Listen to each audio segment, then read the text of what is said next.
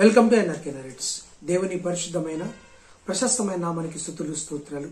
మీ అందరికీ నా వందనాలు తెలియజేస్తున్నాను. మతపరమైన ఉద్యమం అనేది మంచిది, కానీ మతపరమైన ఉన్మాదం చెడ్డది.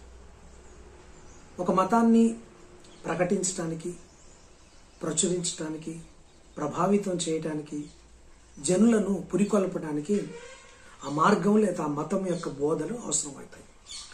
ఒక్కోసారి ఆ బోధలు మనం చేస్తున్నప్పుడు, ఆ మార్గం గురించి సరైన విధంగా సత్య మార్గంలో చెప్తున్నప్పుడు ప్రజల్లో ఉద్యమం రగులుతుంది. ఆ ఉద్యమము ప్రజల ఆత్మలో నుంచి, ప్రజల మనసుల్లో నుంచి వచ్చి చాలా ఇంపాక్ట్, ప్రభావితం క్రియేట్ చేస్తుంది. అయితే కొన్నిసార్లు మతపరమైన ఉన్మాదం ఉంటుంది. ఉన్మాదం ఇప్పుడు ఆ ఉన్మాదం మంచిని చేయకపోగా చెడుకు దారితీస్తుంది, చెడుతనానికి దారితీస్తుంది, హింసకు దారితీస్తుంది, హింసా ప్రవృత్తిని పెంచి పోషిస్తుంది. మతపరమైన ఉద్యమం కావాలి, కానీ మతపరమైన ఉన్మాదం ఇబ్బందులకు గురి చేస్తుంది, మనుషులను గందరగోళానికి, ఆందోళనకు గురి చేస్తుంది. ఇప్పుడు అదే జరుగుతోంది. వీర రాఘవరెడ్డి ఇప్పుడు ఈ పేరు ట్రెండ్ అవుతుంది. ఎందుకంటే చిలుకూరి బాలాజీ టెంపుల్ అర్చకుని బంధించి వారింట్లో ఆయన చుట్టూ చేరి ఆయన అనుచరగణం, వీర రాఘవరెడ్డి అనుచరగణం చేరి ఆయన్ని బెదిరించటం, ఆయన్ని దూషించటం, ఆయన్ని ఒక విధంగా ఆయన్ని బంధించి ఆయన్ని ఇష్టానుసారంగా మాట్లాడడం మనం సోషల్ మీడియాలో చూసాం. వీర రాఘవరెడ్డి ఆయన ఏం మాట్లాడుతున్నారంటే, నేను నవగ్రహాలు నన్ను కంట్రోల్ చేయటం కాదు, నేనే నవగ్రహాలను కంట్రోల్ చేస్తాను, తెలుగు రాష్ట్రాల ముఖ్యమంత్రులను కింద కూర్చోబెడతాను,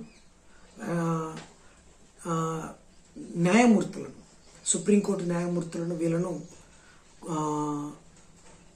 దించుతాను, లేకపోతే అక్కడ కూర్చోబెడతాను అన్నట్టుగా ఒక ఇష్టానుసారమైన ప్రలాపనలు చేస్తున్నారు. ఆ వీడియో ఒకసారి చూడండి. వీర రాఘవరెడ్డి గతంలో ఆయన ఏం మాట్లాడారు అనే ఆ వీడియో ఒకటి ఇప్పుడు సోషల్ మీడియాలో ట్రెండ్ అవుతుంది. సో ఒకసారి చూడండి. వద్దు, నా పేరు వీర రాఘవరెడ్డి. నవగ్రహాలు అధీనంలో నేను లేను, నవగ్రహాలు నా అధీనంలో ఉన్నాయి. ఇప్పటికే నా ఛానల్ మొత్తం ఆకాశమంతా చుట్టుముట్టుని. నాకు కనీసం 23వ తారీఖు లోపులో మహాసేన ఆంధ్రప్రదేశ్ ముఖ్యమంత్రిని అతని కుమారుడితో సహా, తెలంగాణ ముఖ్యమంత్రిని అతని కుమారుడితో సహా, భారత ప్రధాన న్యాయమూర్తిని తీసుకొచ్చి 7 కొండల వెంకన్న పాదాల దగ్గర నిలబెట్టకపోతే నేను నా సేనలతో విజృంభిస్తాను. నేను వీరులు కరిగిన సేన ఉన్నవారు నా ముందుకు రావచ్చు. అయ్యా, నా చేతిలో ఉన్న శక్తివంతమైన ఆయుధాలున్నాయి. దయచేసి గమనించండి. మాకు ఈ రాజ్యాంగం అక్కర్లేదు, మాకు ఈ చట్టాలు అక్కర్లేదు. భూమి మీద ధర్మస్థాపన జరగాలి. నేను బయలుదేరుతున్నాను. నా సేనలు చుట్టుముట్టున్నాయి. వాళ్ళని బంధించి 7 కొండల వాడి పాదాల చెంత పెట్టకపోతే నేను విజృంభిస్తా. భూమి మీద ఒక్క దుర్మార్గుని కూడా ప్రాణాలతో వదలను. వీర రాఘవరెడ్డి స్వర్గం సగం ఆంధ్రులది. అలాంటి ఆంధ్రులకి రాజధాని లేకపోతే నేను ఊరుకోను. నేను ఇప్పటికిప్పుడు తెలుగు రాష్ట్రాల ముఖ్యమంత్రులను బంధించి వెంకటేశ్వర స్వామి పాదాల దగ్గర పెట్టకపోతే భారత ప్రధాన న్యాయమూర్తితో సహా మేము విజృంభిస్తాం. నవగ్రహాల అధీనంలో నేను లేను, నవగ్రహాలు నా వశం, అష్టదిక్పాలకులు నా వశం.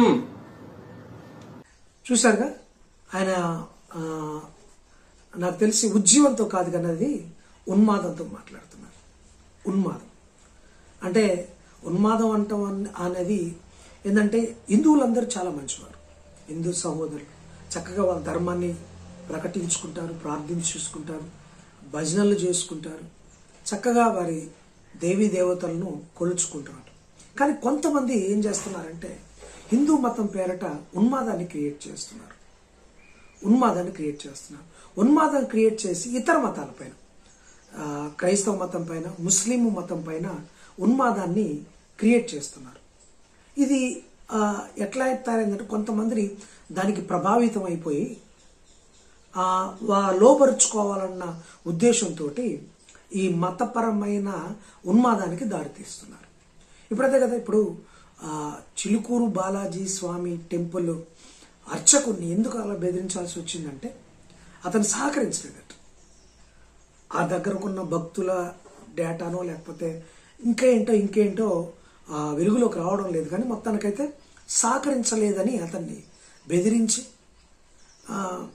కింద కూర్చోబెట్టి, ఒక పెద్ద వయసు ఆయన్ని వీళ్ళు చైర్లో కూర్చొని అతన్ని కింద కూర్చోబెట్టి బాగా బెదిరిస్తున్న సంగతి ముఖ్యమంత్రి రేవంత్ రెడ్డి గారు, అపోజిషన్ లీడర్స్, అలాగే కేంద్ర మంత్రి బండి సంజయ్ గారు కూడా స్పందించారు. ఇది తప్పని ఖండించారు. నిజంగా తప్పు. ఇప్పుడు బండి సంజయ్ గారి కంటే హిందూ ఎవరైనా ఉన్నారా? ఆయన హిందూ మతాన్ని ఎక్కువగా ప్రేమిస్తారు. సో ఆయనే ఖండించారు అంటే ఈ వీర రాఘవరెడ్డి యొక్క చర్యలను మరి అర్థం చేసుకోండి ఎంత ఉన్మాదంగా ఉందో. రేవంత్ రెడ్డి గారు కూడా హిందువే, అలాగే కేటీఆర్ గారు కూడా హిందువే, కానీ వీళ్ళు ఖండించారు అంటే అక్కడ మతపరమైన ఉద్యమం కాదు, అది మతపరమైన ఉన్మాదం నడుస్తోంది.